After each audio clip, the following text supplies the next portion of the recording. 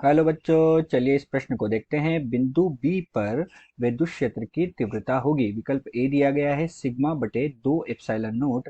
विकल्प बी दिया गया है सिग्मा बटे एप्सिलॉन नोट। विकल्प सी दिया है 0 और विकल्प डी दिया है 2 गुणा सिग्मा बटे एप्सिलॉन नोट। तो चलिए बच्चों, सर्वप्रथम हम इस प्रश्न की मुख्य अवधारणा पर चर्चा करते हैं।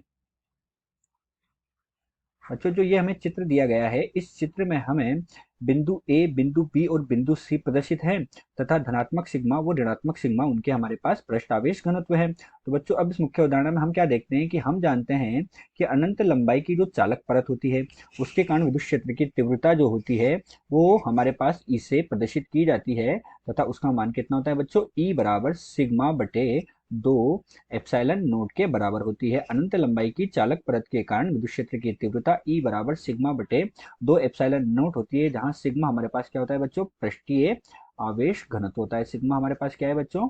पृष्ठीय आवेश घनत्व होता है। तो ये हमारे पास हो गया पृष्ठीय आवेश घनत्व। अब हम यहाँ क्या देखते हैं कि हमारे पास एक जो प्लेट है उस पर धनात्मक आवेश है, धनात्मक पृष्ठीय आवेश घनत्व कुछ इस तरह से। ये तो हमारे पास धनात्मक सिग्मा है और इधर हमारे पास ऋणात्मक सिग्मा पृष्ठ आवेश घनत्व यहाँ पर दिया हुआ है। और हमारे पास तीन बिंदु दिए हुए हैं, बिंदु ए, बिंदु बी और बिंदु सी हमारे पास दिए हुए हैं।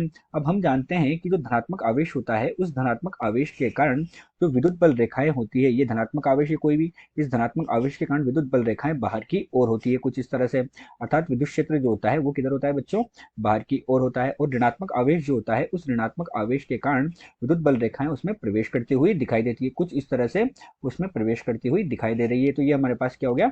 ऋणात्मक आवेश के कारण हो गया। तो यहाँ हम क्या देखते हैं कि जो बिंदु बी है, इस बिंदु बी पर धनात्मक आवेश के कारण विद्युत क्षेत्र की तीव्रता कहाँ होगी? धनात्मक प्लेट से दूर होगी, अर्थात ये विद्युत क्षेत्र की तीव्रता ई इस दिशा में होगी। इसी प्रकार ऋणात्मक आवेश के कारण विद्युत क्षेत्र की तीव्रता कैसी होगी? तो ऋणात्मक आवेश के कारण विद्युत क्षेत्र की तीव्रता जो है वो ऋणात्मक जो प्लेट है उसकी ओर आती हुई दिखाई देगी, अर्थात यहाँ पर भी विद्युत क्षेत्र की तीव्रता इस दिशा में होगी। तो ये दोनों एक ही दिशा में होंगे। यही इस प्रश्न की मुख्य उदाहरण है। तो चलिए बच्चों, अब हम प्रश्न का हल देखते हैं।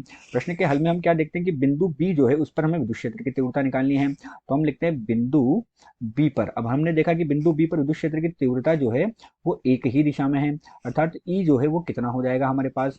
सिग्मा बटे 2 एप्सिलॉन नोट एक प्लेट के कारण और दूसरी प्लेट के कारण में कितना हो जाएगा? सिग्मा बटे 2 एप्सिलॉन नोट। दोनों यहाँ पर जुड़ जाएंगे क्योंकि दोनों एक ही दिशा में है।